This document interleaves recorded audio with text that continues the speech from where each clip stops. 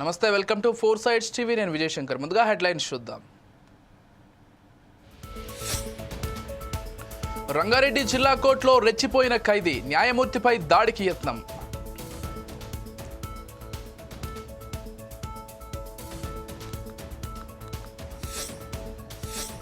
దెందులూరు నియోజకవర్గంలో TDP YCP వర్గాల మధ్య విభేదాలు, కారు పార్కింగ్ వద్ద చెలరేగిన వివాదం.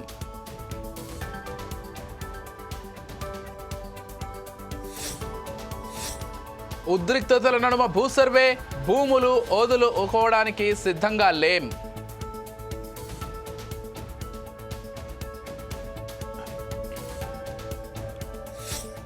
డీటెయిల్స్ చూస్తే, దెందులూరు నియోజకవర్గంలో టీడీపీ వైసీపీ వర్గాల మధ్య విభేదాలు తారాస్థాయికి చేరుకున్నాయి. బుధవారం రాత్రి వట్లూరులో ఫంక్షన్కి వెళ్లిన మాజీ ఎమ్మెల్యే వైసీపీ నాయకుడు కొటారు అబ్బయ్య చౌదరి, దెందులూరు టీడీపీ శాసనసభ్యులు చింతమనేని ప్రభాకర్ రావుల మధ్య కారు పార్కింగ్ వద్ద వివాదం చెలరేగింది. ఈ వివాదంపై ఇరు పార్టీలకు చెందిన అనుచరులు ఘర్షణకు దిగారు. ఈ నేపథ్యంలో దెందులూరు శాసనసభ్యులు చింతమనేని మాట్లాడుతూ అబ్బయ్య చౌదరి చేస్తున్న ఆగడాలను ప్రభుత్వం దృష్టికి తీసుకెళ్తారని, ఎవరు కూడా ఆందోళన చెందొద్దని, ఘర్షణలకు దిగవద్దని హితవు పలికారు. వివాహం చూసుకుని నేను బయటకు వస్తే నా కారు బయటకు వెళ్ళడానికి వీలు లేకుండా ఇక్కడ ఉన్నటువంటి వైఎస్ఆర్ పార్టీ ఇన్ఛార్జి మా కారు ఎదురుగా అడ్డంగా పెట్టి గొడవని ప్రేరేపించి ఆ గొడవ ద్వారా రాజకీయ లబ్ధి పొందాలని ప్రయత్నం చేశాడు. ఇవి ఈ కూటమి ప్రభుత్వంలో ఇలాంటి విషయాలు ఏవి కూడా ఎదరికెళ్ళవు. ఇదేమీ కళ్ళు లేని ప్రభుత్వం కాదు, చూస్తూ ఊరుకునేటువంటి ప్రభుత్వం కూడా కాదు. ఈ విషయాలన్నింటినీ కూడా వచ్చిన తర్వాత ఏం జరిగిందో అదంతా కూడా మా గన్మెన్ని పోలీస్ స్టేషన్కి వెళ్ళి కంప్లైంట్ ఇవ్వమన్నాను. నేను నాతో పాటు 5 వ్యక్తులు మేము ట్రావెల్ చేస్తున్నాం. వాళ్ళు ఒక 25 మందిని తీసుకుని వచ్చి ఏదో కింద పడ్డా మేమే నెగ్గాము అనిపించుకోవడం కోసం కృత్రిమంగా ఆలోచనలు చేస్తున్నారు. ఎవడే ఆలోచనల్ని వాడినే గోతులో పెడతాయి. ఏపీలో బర్డ్ ఫ్లూ కలకలం రేగుతోంది. ఏలూరు జిల్లాలో ఓ వ్యక్తికి బర్డ్ ఫ్లూ సోకినట్లు వైద్య శాఖ అధికారులు నిర్ధారించారు. జిల్లాలోని ఉంగుటూరు మండల పరిధిలో కోళ్ల ఫారం సమీపంలో ఉంటున్న వ్యక్తికి ఈ వైరస్ సోకినట్లు తేలింది. దీంతో జిల్లా అధికారులు అప్రమత్తమయ్యారు. ప్రత్యేకంగా మెడికల్ క్యాంప్ ఏర్పాటు చేసి బర్డ్ ఫ్లూ లక్షణాలు ఉన్న వారిని ప్రత్యేకంగా పరీక్షిస్తున్నారు. శాంపిల్స్ సేకరించి ల్యాబ్కు పంపిస్తున్నారు. ఏపీలో మనుషుల్లో బర్డ్ ఫ్లూ వైరస్కు సంబంధించి తొలి కేసు నమోదైందని అధికారులు చెప్పారు.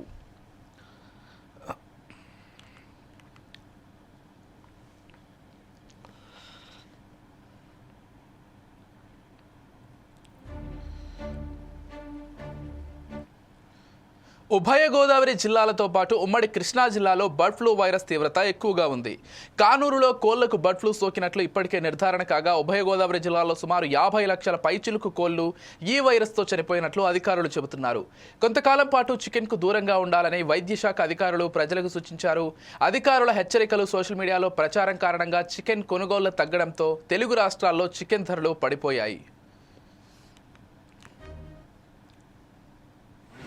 లారీస్ కానీ ఏవి, బికాస్ వీ హ్యావ్ టు ఇమ్మీడియట్గా కల్లింగ్ చేయడం is one process. Further transmission of other poultry లేకుండా ఉండాలి కాబట్టి ఇమ్మీడియట్గా చెక్ పోస్ట్ పెట్టి మానిటర్ చేసి లోపలికి బయటికి ఎలాంటి మూవ్మెంట్ లేకుండా, egg and poultry related movement లేకుండా మేము స్టాప్ చేయడానికి దానికి కూడా కన్సర్న్ డిపార్ట్మెంట్ పోలీస్ అండ్ రెవెన్యూకి ఇన్ఫార్మ్ చేయడం జరిగింది.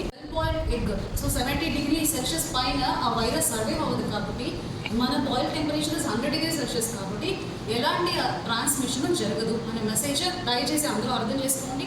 అన్నెసెసరీ పానిక్ అవసరం లేదు. నార్మల్గా ఎనీ ఫ్లూ వస్తే మనం ఏం చేస్తాం, మన హ్యాండ్ వాషింగ్ టెక్నిక్స్ కానీ, మాస్క్ పడుకోవడం కానీ, అలాంటి ప్రాపర్ టెక్నిక్ తోటి మనం ఉంటే సరిపోతుంది. దట్ ఎస్పెషలీ దట్ 10 కిలోమీటర్ పరిధిలో ఉన్న పీపుల్ కూడా చెప్తున్నాము. ఉన్నాయి అవన్నీ మనం కల్లింగ్ చేయాలి. It will take another 7 days కాబట్టి, సో దానికి కావాల్సిన lime, other material for culling, మెనల్ material support కూడా మనం పంచాయత్ రాజ్ డిపార్ట్మెంట్కి దీని గురించి డైరెక్షన్స్ ఇవ్వడం జరిగింది. ఫారెస్ట్ డిపార్ట్మెంట్గా మనకి ఇప్పుడు Kolleru season, so there are lot of migratory birds coming in అవుతుంది కాబట్టి ఆల్రెడీ లాస్ట్ వీకే జస్ట్ ముందే వాళ్ళకి చెప్పి ఏవైనా మైగ్రేటరీ బర్డ్స్ ఇలాంటి ఫీకసెస్ ఆఫ్ బర్డ్స్ని తీసుకొని తినేసి ఏమైనా చనిపోతున్నాయని కూడా కాన్స్టెంట్ అబ్జర్వేషన్ పెట్టండి కూడా ఆల్రెడీ ఫారెస్ట్ డిపార్ట్మెంట్ కూడా ఇన్ఫర్మేషన్ ఇవ్వడం జరిగింది. నిన్న కోఆర్డినేషన్ మీటింగ్లో కూడా వాళ్ళకి చెప్పడం జరిగింది. సో పోలీస్ డిపార్ట్మెంట్ మనకు law and order panic situation రాకుండా ఉండడానికి అది చెక్ పోస్ట్ సపోర్ట్కి ఇంకా వేరే ఏమైనా సపోర్ట్ కావాలంటే ఇవ్వమని చెప్పేసి పోలీస్ డిపార్ట్మెంట్ కూడా డైరెక్షన్ ఇవ్వడం జరిగింది. సో డిస్ట్రిక్ట్ ట్రాన్స్పోర్ట్ డిపార్ట్మెంట్ దీనికి కల్లింగ్ ప్రాసెస్ హ్యూజ్ ప్రాసెస్, దానికి కావాల్సిన మెన్షన్ మెటీరియల్ కూడా ట్రాన్స్పోర్టేషన్ డిపార్ట్మెంట్ గైడెన్స్ ఇవ్వడం జరిగింది. సివిల్ సప్లైస్ వాళ్ళకి ఇప్పుడు ఆ పోల్ట్రీ ఒకసారి టెస్ట్ చేయాలి, గన్నీ బ్యాగ్స్ కావాలి, అవి కూడా కన్సర్న్ ఇన్స్ట్రక్షన్. బికాజ్ మనం అవన్నీ కల్ చేసి gunny bag 3 layers of gunny bag పెట్టి తర్వాత ఒక పిట్ తయారు చేసి దాని లోపల పెట్టి క్లోజ్ చేసేసి మళ్ళీ అక్కడ శానిటేషన్ ప్రాసెస్ మొదలు పెట్టాల్సి ఉంటుంది.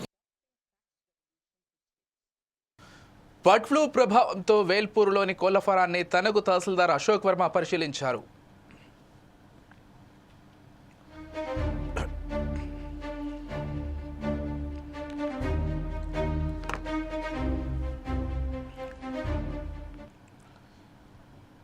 బీసీ బిల్లుపై బీఆర్ఎస్ ఎమ్మెల్సీ కల్వకుంట్ల కవిత కీలక వ్యాఖ్యలు చేశారు. బీసీ బిల్లును ఆమోదించి కేంద్రానికి పంపి చేతులు దులుపుకుంటే కుదరదన్నారు. ఒక బిల్లు కాదు 3 వేర్వేరు బిల్లులు పెట్టాలన్నారు. విద్యలో 46% రిజర్వేషన్లు కల్పిస్తూ ఒక బిల్లు పెట్టాలని, ఉద్యోగాల్లో 46% రిజర్వేషన్లకు మరొక బిల్లు పెట్టాలని కవిత అన్నారు. మొత్తం బడుగు బలహీన వర్గాల బిడ్డలందరూ కూడా మేల్కొని మరి అందరం కూడా కలిసి ఉద్యమాలు చేయడం జరిగింది. మీ అందరికీ తెలుసు, తెలంగాణ జాగృతి నుండి గత 13 ఏళ్ల కింద ఉమ్మడి ఆంధ్రప్రదేశ్లోనే అసెంబ్లీలో అంబేద్కర్ విగ్రహం పెట్టాలని అడిగినటువంటి సంస్థ జాగృతి సంస్థ. ఆ తర్వాత ఎవ్వరూ మాట్లాడినప్పుడు ఈ రాష్ట్రంలో మరి బీసీలకు మీరు కామారెడ్డిలో డిక్లరేషన్ చేసిండ్రు, 42% రిజర్వేషన్ ఇవ్వాల్సిందే అని చెప్పి ఉద్యమాన్ని పెద్ద ఎత్తున లేవనెత్తి అన్ని రాజకీయ పార్టీలని అందరినీ కూడా కలుపుకొని బీసీలలో పెద్ద నాయకులు గౌరవనీయులు కృష్ణన్న గారిని, వక్లాభరణం గారిని, అట్లానే జస్టిస్ ఈశ్వరయ్య గారిని, అట్లా ఇంకా అనేక మంది పెద్దలందరినీ కూడా కలుపుకొని వారి సలహాలు సూచనలు తీసుకొని వి ప్రకాష్ అన్న గారిని మరి ముందుకెళ్తున్న సందర్భం మీరు చూసిండ్రు. ఇవాళ జాగృతి సంస్థ చేసినటువంటి ఉద్యమాలు ఒక బలమైన ప్రతిపక్ష పార్టీగా బీఆర్ఎస్ పార్టీ గలమెత్తినటువంటి అంశాలు ఇవన్నీ చూసి భయపడి కాంగ్రెస్ పార్టీ బీసీలకు బిల్లు పెడతానని నిన్న చెప్పడం అన్నది మనందరికి కూడా గర్వకారణం. ఈ బీసీల బిల్లు అన్నటువంటిది తెలంగాణ బీసీ బిడ్డల విజయం అని చెప్పి నేను భావిస్తూ ఉన్నాను. కానీ ఒకటి గుర్తుపెట్టుకోవాలి, ఇది తొలి విజయం మాత్రమే. కాంగ్రెస్ పార్టీకి ఎప్పుడైనా మాట ఇచ్చి దోకా చేసేటటువంటి అలవాటు ఉంది. దోకా బ్యాస్ కాంగ్రెస్ పార్టీ కాబట్టి బిల్లులో మనం 2-3 అంశాలు ఇవాళ ప్రతిపాదిస్తూ ఉన్నాం. ఇది తెలంగాణ వ్యాప్తంగా ఉన్నటువంటి బీసీ బిడ్డలందరూ కూడా జాగ్రత్తగా విని ఆలోచన చేయాలి. ముఖ్యంగా ఇంటెలెక్చువల్స్ అందరూ కూడా ఆలోచన చేయాలని నేను రిక్వెస్ట్ చేస్తూ ఉన్నా. ఏమంటుంది ప్రభుత్వం? ఒకటే బిల్లు 42% పెట్టి దాన్ని కేంద్ర ప్రభుత్వానికి పంపించి చేతులు దులుపుకుంటామంటున్నారు. కానీ ఎన్నికలలో అట్లా చెప్పలే, 42% ఇస్తాం రిజర్వేషన్ అని చెప్పిండ్రు. ఇవాళ మేము ప్రపోజ్ చేసేది తెలంగాణ జాగృతి నుండి ఏంటంటే మీరు 1 కాదు 3 బిల్లులు పెట్టాలి. ఎందుకోసం 3 బిల్లులు పెట్టాలి? మీరు 46% బీసీలు ఉన్నారని చెప్పారు. మరి 46% బీసీ ఆడబిడ్డలైనా మగబిడ్డలైనా చదువుకోవడానికి విద్యలో 46% రిజర్వేషన్లతో ఒక బిల్లు పెట్టాలి. రెండవది 46% మరి ఈ పిల్లలందరూ కూడా ఉద్యోగాలకు అప్లై చేస్తూ ఉంటారు కాబట్టి ఉద్యోగాలలో 46% రిజర్వేషన్తో ఇంకొక బిల్లు పెట్టాలి.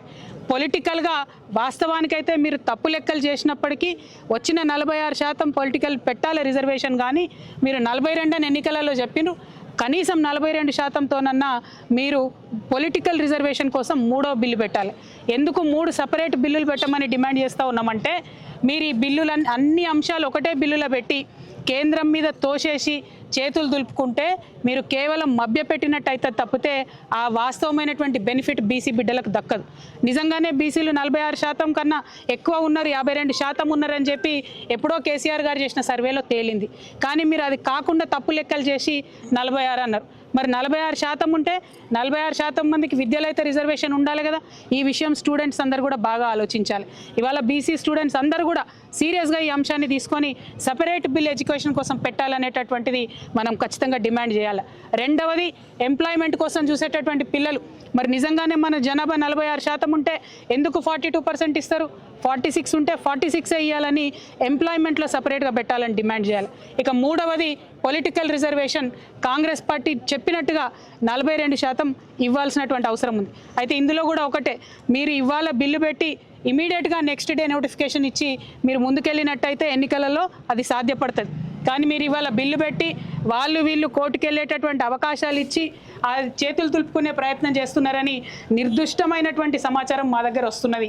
కాబట్టి అలా కాకుండా మీరు పెట్టేటటువంటి బిల్లు సరిగ్గా తేలేటట్టుగా, మీరు పెట్టేటటువంటి బిల్లు బీసీలకు బెనిఫిట్ ఇచ్చేటట్టుగా, అన్ని కోర్టు పరీక్షలు పాస్ అయ్యేటట్టుగా కేంద్ర ప్రభుత్వం మీద ఒత్తిడి తీసుకొచ్చే విధంగా బెనిఫిట్.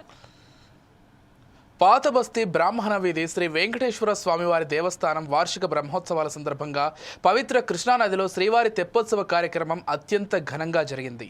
హంసవాహనంపై ప్రత్యేకంగా ఏర్పాటు చేసిన వేదికపై ఉత్సవమూర్తులకు ప్రత్యేక పూజలు నిర్వహించారు. అధిక సంఖ్యలో భక్తులు వీక్షిస్తుండగా హంసవాహనంపై అధిష్ఠించిన శ్రీ వెంకటేశ్వర స్వామివారు శ్రీదేవి భూదేవి సమేతంగా నదీ ప్రవేశం చేశారు. సాంప్రదాయం ప్రకారం శ్రీవారి హంసవాహనం 3 సార్లు పవిత్ర కృష్ణానదిలో విహారం చేసింది. ఇందులో భాగంగా ఉదయం స్వామివారికి ప్రత్యేక పూజలు నిర్వహించారు. స్వామివారికి పవిత్ర కృష్ణానదిలో చక్రస్నానం నిర్వహించారు. కళాకారుల ప్రదర్శనల నడుమ ఊరేగింపుగా తీసుకొచ్చి హంసవాహనంపై ప్రత్యేక వేదికపై ఉంచారు. కృష్ణానదీ తీరంలో చక్రస్నానాన్ని ఆచరించుకుని స్వామి యొక్క విహారయాత్ర సందర్భంగా ఆయనతో పాటుగా మనందరినీ కూడా ఈ 4 రోజులుగా స్వామివారి సేవకి ఉపక్రమించిన మనందరినీ కూడా ఆహ్లాదపరచడం కోసం ఆయనతో పాటు మనందరినీ కూడా తీసుకొచ్చాడు. ఇది చాలా సున్నితమైన వక్ఫ్ సవరణ బిల్లుకు రాజ్యసభ ఆమోదం తెలిపింది. వక్ఫ్ బోర్డు 2024 సవరణ బిల్లుపై నివేదికను బీజేపీ రాజ్యసభలో సమర్పించింది. దీనిపై అధికారిక ప్రతిపక్ష సభ్యుల మధ్య తీవ్ర వాగ్వాదం జరిగింది. ప్రతిపక్ష సభ్యులు పోడియం దగ్గరికి వెళ్లి నిరసన తెలిపారు. మొత్తానికి తీవ్ర నిరసనల మధ్య రాజ్యసభ చైర్పర్సన్ జగదీప్ ధన్కర్ బిల్లుకు ఆమోదం తెలిపారు. అనంతరం సభను మధ్యాహ్నం 2 గంటలకు వాయిదా వేశారు.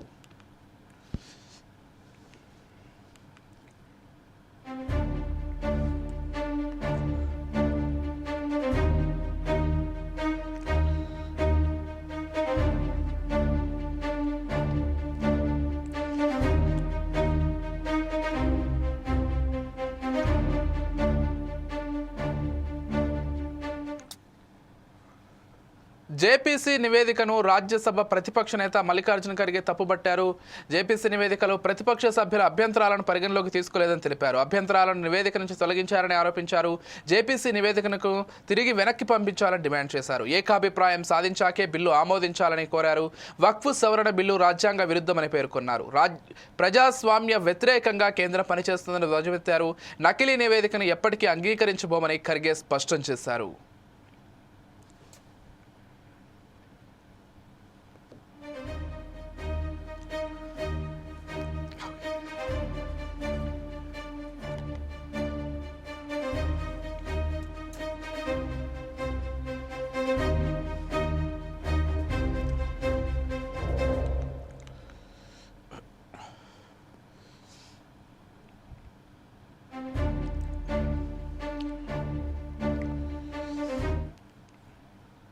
ఉద్రిక్తతల నడుమ భారీ పోలీస్ బందోబస్తుతో ఎన్హెచ్పి 930 వలిగొండ భద్రాచలం జాతీయ రహదారికి సర్వే నిర్వహించారు.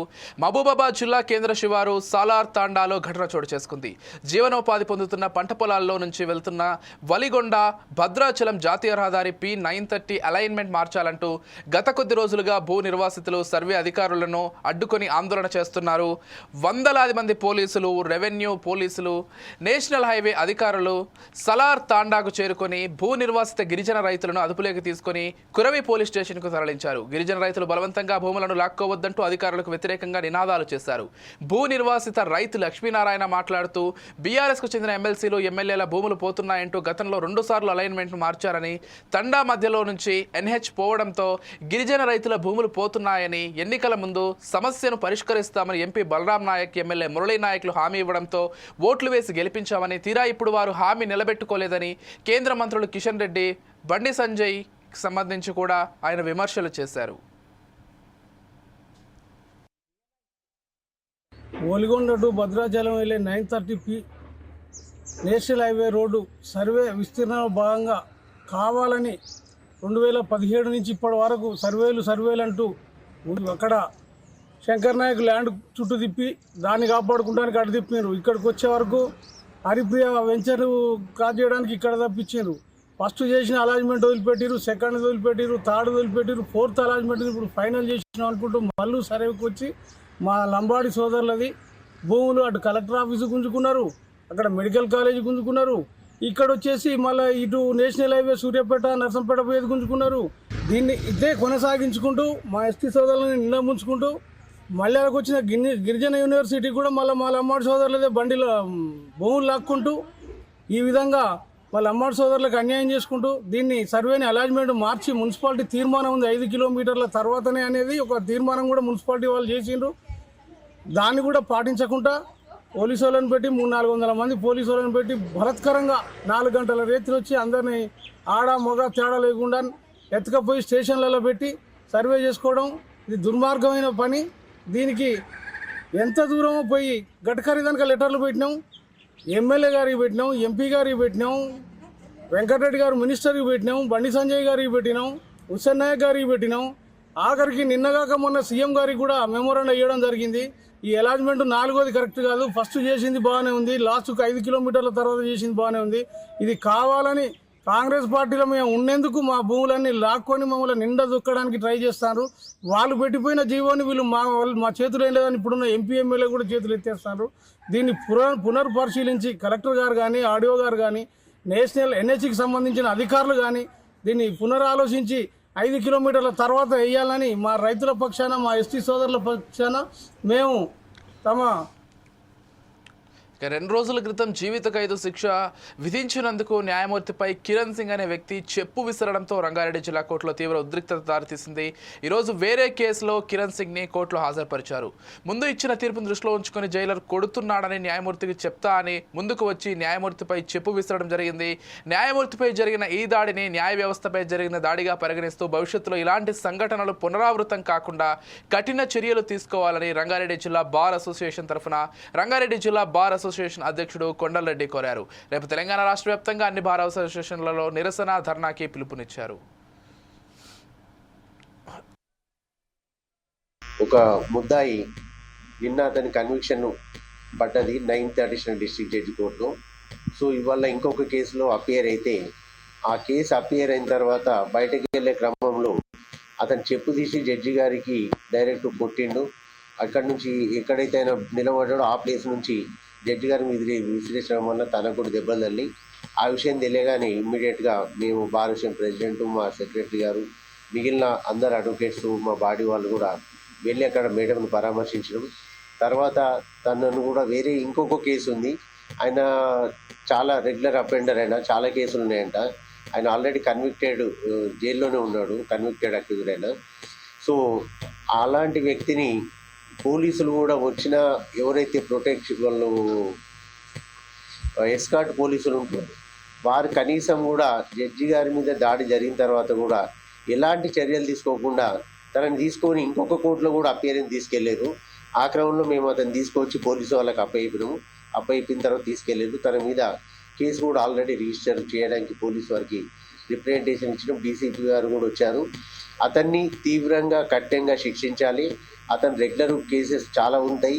ఇలాంటి క్లయింట్స్ వచ్చినప్పుడు, ఇట్లాంటి అక్యూజులు వచ్చినప్పుడు పోలీసు వారు కూడా జడ్జిలకు అలాగే అడ్వకేట్స్ కూడా సెక్యూరిటీగా పోలీసు వాళ్ళ జైలు నుంచి ఎస్కార్ట్ కాకుండా సివిల్ పోలీసులు కూడా కనీసం ఎస్కార్ట్ ఇవ్వాలి. లేకపోతే కోర్టులలో జడ్జిలు పనిచేయలేరు, అలాగే వారి తరపు నుండి అడ్వకేట్స్ కూడా ఎవరు వాదించలేరు.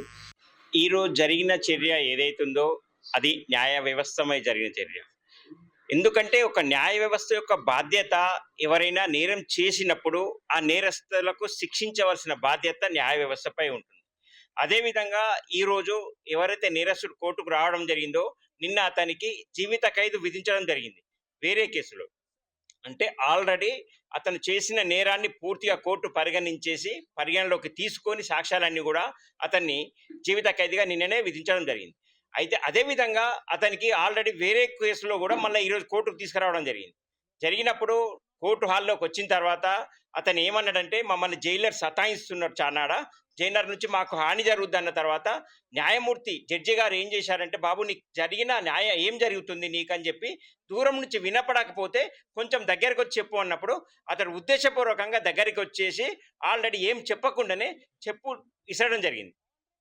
అంటే పోలీస్ వ్యవస్థ ఏదైతే ఎంబడొచ్చిన సెక్యూరిటీ ఎస్కార్ట్ ఉన్నారో వారు ఖచ్చితంగా వారు ఇమీడియట్గా అలాంటి నేరస్తుడు ఆల్రెడీ నిన్ననే శిక్ష పడింది కాబట్టి ఏంటంటే అతనిపై వేరే కేసులు కూడా ఉన్నవి. అలాంటప్పుడు అలాంటి ఏదైతే దోషులు ఉన్నారో అలాంటి కోర్టుకు తీసుకొచ్చే ముందు సరి అయిన సెక్యూరిటీతో తీసుకురావాల్సిన అవసరం ఉంది. ఈరోజు న్యాయమూర్తిపై దాడి జరుగుతుంటే రేపు పొద్దున ఆల్రెడీ మనం చూస్తున్నాము, న్యాయవాదులకు రక్షణ లేదు, న్యాయమూర్తులకు రక్షణ లేదు, న్యాయ వ్యవస్థకు రక్షణ లేదు. ఈరోజు సమాజం మొత్తము సంతోషంగా ప్రశాంతంగా ఉండాలంటే ఖచ్చితమైన బాధ్యతగా ఉన్న న్యాయ వ్యవస్థ. ఈ న్యాయ వ్యవస్థ ద్వారానే ఆల్రెడీ ఏంటంటే సమాజం అనేది మొత్తము చాలా ఈరోజు సెక్యూరిటీగా ఉంటుంది. కాబట్టి ఏంటంటే ఈ విధమైన చర్యలు జరుగుతున్నప్పుడు ఖచ్చితంగా ఎవరైతే దోషి ఉన్నాడో అతనిపై కఠిన శిక్ష విధించవలసిందే. రెండోది ఎందుకంటే ఇంతమంది న్యాయవాదుల ముందు ఒక జిల్లా న్యాయవాదిపై దాడి చేయడం అనేది. టీటీడీ మాజీ చైర్మన్ కరుణాకర్ రెడ్డి కల్తీ నెయ్యిపై చేసిన వ్యాఖ్యలను టీటీడీ రాష్ట్ర అధికార ప్రతినిధి సప్తగిరి ప్రసాద్ తిప్పికొట్టారు. చేతులు ఊపి మాట్లాడితే అబద్ధాలు నిజాలైపోవంటూ ఎద్దేవా చేశారు. ప్రెస్ మీట్లు పెట్టి పిట్ట కథలు చెప్పడం మానుకోండని సప్తగిరి ప్రసాద్ కరుణాకర్ రెడ్డికి హితవు పలికారు. నిన్న టీటీడీ చైర్మన్ కరుణాకర్ రెడ్డి గారు ప్రెస్ మీట్ పెట్టి చేతులు ఇట్లా ఊపుతూ అదేది వేయిపడల విశ్వనాథ సత్యనారాయణ గారు తెలుగు భాష మాట్లాడినట్టు, శ్రీపరమస్తు చిన్నయ్యేశ్వరి పిట్ట కథలు చెప్పినట్టు ఇట్లా చేతులు ఊపుతూ సిబిఐ తన రిమాండ్ రిపోర్ట్ ఎక్కడా కూడా నెయ్యిలో కల్తీ జరిగినట్టు చెప్పలేదు అని అంటున్నారు. నాకు ఆయన చదివాడు లేదు నాకు తెలియదు కానీ రిమాండ్ రిపోర్ట్ని నేను అడుగుతున్నా కరుణాకర్ రెడ్డి గారిని. సిబిఐ ఇచ్చిన రిమాండ్ రిపోర్ట్లో 25 పారాగ్రాఫ్లో ఒకసారి చదవండి. AR dairy by violating the tender condition supplied the adulterated ghee అని సిబిఐ ఇచ్చిన రిమాండ్ రిపోర్ట్లో అడల్టెడ్ ఘీ అని చెప్పి చాలా స్పష్టంగా మెన్షన్ చేసింది. అదే పక్కకు వస్తే 27 పారాగ్రాఫ్లో supplied the ghee through AR dairy which is substandard and adulterated ghee with vegetable fats and animal fats. Vegetable fats animal fats అంటే ఏదో ఎవరైనా అడగండి. అడల్టెడ్ ఘీ అంటే ఎవరైనా అడిగి తెలుసుకోండి. అడల్టెడ్ ఘీ అంటే కల్తీ నెయ్యి అని అర్థం. ఇంత స్పష్టంగా సిబిఐ తన రిమాండ్ రిపోర్ట్లో చెప్పుకుంటే సిబిఐ ఎక్కడా కూడా నెయ్యి కల్తీ జరిగినట్టు చెప్పలేదు అనేసి చేతులు ఊపుతూ శ్రీపరమస్తు చిన్నయ్యేశ్వరి మాదిరిగా లేదు వేయిపడగల విశ్వనాథ సత్యనారాయణ మాదిరిగా కవి సార్వభౌమ శ్రీనాథుడు మాదిరిగా అబద్ధాలు చెప్తే నమ్మడానికి సిద్ధంగా లేదు. This is CBI remand report supreme court ఏర్పాటు చేసేది. ఏమి తప్పులు చెప్తే కుదరదు. కరుణాకర్ రెడ్డి గారు మారండి. ఇంకా కూడా అబద్ధాలు చెప్పి అబద్ధాల పునాదుల మీద బతకాలంటే ఎట్లా చెప్పండి. ఈ నెల 26వ తేదీన మహాశివరాత్రి సందర్భంగా ఎన్టీఆర్ జిల్లాలోని అన్ని శైవ పీఠాలలో భక్తులకు అవసరమైన మౌలిక సదుపాయాలు ఏర్పాటు చేస్తున్నట్లు ఎండోమెంట్స్ అసిస్టెంట్ కమిషనర్ సీతారామయ్య తెలిపారు. ఎన్టీఆర్ జిల్లాలో 150కి పైగా శివాలయాలు ఉన్నాయన్నారు. సుమారు 1,00,000 మందికి పైగా వచ్చే 3 ప్రధాన ఆలయాలను గుర్తించామన్నారు. బలివే, కోటిలింగాల, ముఖ్యాల తదితర ఆలయాల్లో ఏర్పాట్లపై ఇప్పటికే సబ్ కలెక్టర్ ఆర్డీఓ వీరితో పాటు 11 శాఖల అధికారులతో క్షేత్రస్థాయిలో ఏర్పాట్లు పరిశీలించి సంబంధిత అధికారులు అన్ని విధాలైన ఆదేశాలు జారీ చేశామన్నారు. శివాలయాలకు వచ్చే భక్తులకు ఉచిత ప్రసాదాల పంపిణీ, ఉచిత దర్శనం, వైద్య శిబిరం తదితర సదుపాయాల ఏర్పాట్లు చేస్తున్నట్లు తెలిపారు. వచ్చే భక్తులకు సేవా సంస్థల కార్యకర్తలు సేవలు అందిస్తారన్నారు. అన్ని శివాలయాల్లో 26వ తేదీన వేకువజామున 2 గంటల నుండి భక్తులు స్వామివార్లను దర్శించుకునే విధంగా ఏర్పాట్లు చూస్తామన్నారు. మహాశివరాత్రి మహోత్సవాలు ఈ నెల 24వ తేదీ నుంచి ప్రారంభమై 28వ తేదీ పరిసమాప్తమవుతాయన్నారు. విస్తృత స్థాయిలో అన్ని ఆలయాల్లో పటిష్టమైన ప్రత్యేక మార్గాలను ఏర్పాటు చేస్తున్నామన్నారు. 24 నుంచి 28 వరకు 5 రోజులు జరిగే ఈ మహాశివరాత్రి ఉత్సవాలకి ఎన్టీఆర్ జిల్లాలో చిన్నవి కానీ పెద్దవి కానీ సుమారుగా 150 శివాలయాలు ఉంటాయి. ఈ 150 శివాలయాలు కాకుండా ప్రముఖంగా మేము భక్తుల తాకిడి ఎక్కువగా ఉన్న దేవాలయాల్ని కొన్ని ఐడెంటిఫై చేశాం. భవానీ ముక్తేశ్వర స్వామి దేవస్థానం ముత్యాల, శ్రీ కోటిలింగ హరిహర మహాక్షేత్రం ముత్యాల, ముక్తేశ్వరపురం మరియు సంగమేశ్వర స్వామి దేవస్థానం దాములు. ఈ ప్రముఖంగా ఈ దేవాలయాలకి సుమారు 50 నుంచి 60,000 మంది భక్తులు విచ్చేస్తారు. వీళ్ళకి ఈ భక్తులకి ఎలాంటి అసౌకర్యం కాకుండా తగు చర్యలు తీసుకోవాల్సిందిగా ఉన్నతాధికారుల వారు ఆదేశాలు జారీ చేశారు. దాని మీద మేము కూడా సమీక్ష చేసి ఈవోలకి ఇన్స్ట్రక్షన్స్ ఇవ్వడం జరిగింది. ఏ భక్తుడు కూడా దర్శనానికి ఇబ్బంది పడకుండా క్యూ లైన్లో వాటర్ ప్యాకెట్స్ కానీ వాటర్ బాటిల్స్ కానీ సేవా సంఘం వాళ్ళని యూటిలైజ్ చేసుకుని వాళ్ళ ద్వారా ఈ ఉచిత ప్రసాదం కానీ వాటర్ ప్యాకెట్లు కానీ పంపిణీ చేయమని చెప్పి కూడా తెలియజేశాం. ప్రముఖ దేవాలయాలైన శ్రీ భవానీ ముక్తేశ్వర స్వామి దేవస్థానంలో కోఆర్డినేషన్ కమిటీ మీటింగ్ కూడా జరిగింది. దాములూరు సంగమేశ్వర దేవస్థానం దాములూరుకి కూడా కోఆర్డినేషన్ మీటింగ్ జరిగింది. ఆ కోఆర్డినేషన్ మీటింగ్లో కూడా ఆర్డీఓలు, ఎంఆర్ఓలు, పోలీసు వాళ్ళు కొన్ని సూచనలు చేసి ఉన్నారు. దాని ప్రకారం కూడా వాళ్ళ సూచనల మేరకు కూడా ఏర్పాట్లు చేస్తున్నారు. అది కాకుండా మనకి టౌన్లో పాత శివాలయం, సత్యనారాయణపురంలో శివాలయం, గవర్నర్పేట శివాలయాలకు కూడా భక్తులు అధికంగానే వస్తారు. లోకల్ భక్తులు వాళ్ళకు కూడా ఎలాంటి అసౌకర్యం కలగకుండా తగు ఏర్పాటు చేయవలసిందిగా సంబంధిత కార్యనిర్వహణాధికారులను ఆదేశించడం అయింది. జిల్లాలో ఉన్న అన్ని శైవక్షేత్రాల్లో కూడా శివనామ సంకీర్తన మారుమోగాలని చెప్పి కూడా ఆదేశాలు జారీ చేసి ఉన్నాం. ఎలాంటి వైలేషన్స్ జరగకుండా ముందుగా జాగ్రత్త తీసుకోమని చెప్పి దేవాలయాల్ని ఉదయం తెల్లారగట్ట 2 గంటలకి తెరిచేసి ఉంచమని చెప్పాం. ఒక్కసారి భక్తులు తాకిడి ఉంటే తోచుకొని తొక్కిసలాట ప్రారంభమవుతుంది. దానివల్ల బారికేడ్స్ అన్నీ కూడా డిస్టర్బెన్స్ అవుతాయి కనుక క్యూ లైన్స్ ముందే టికెట్స్